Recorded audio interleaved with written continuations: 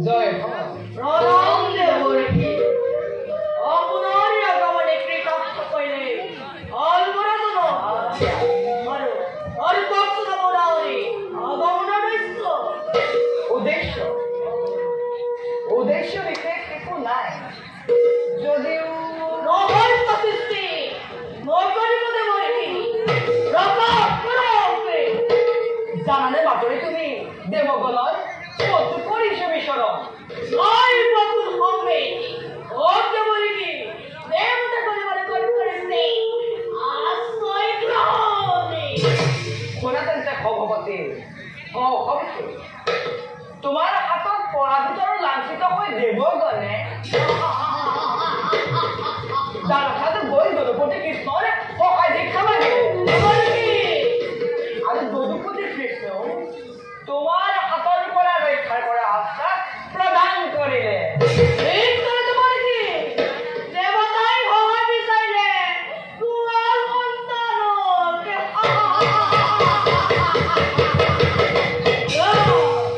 আপুনি এই কওকচোন দেবৰী এর শ্রেষ্ঠ বীরে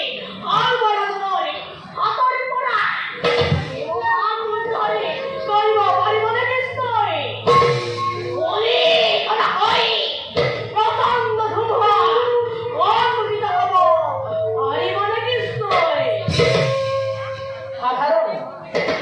সাধাৰণ জ্ঞান প্ৰদান নকৰিবা তুমি দ্বাৰকমতে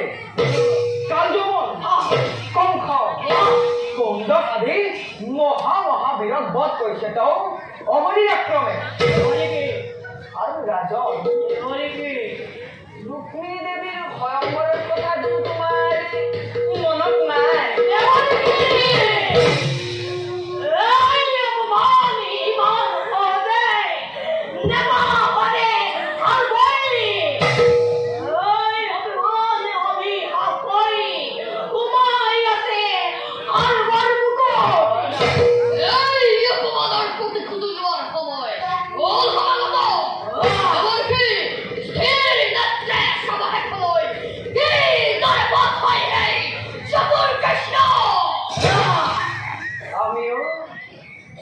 আমিও পৰম আনন্দেৰে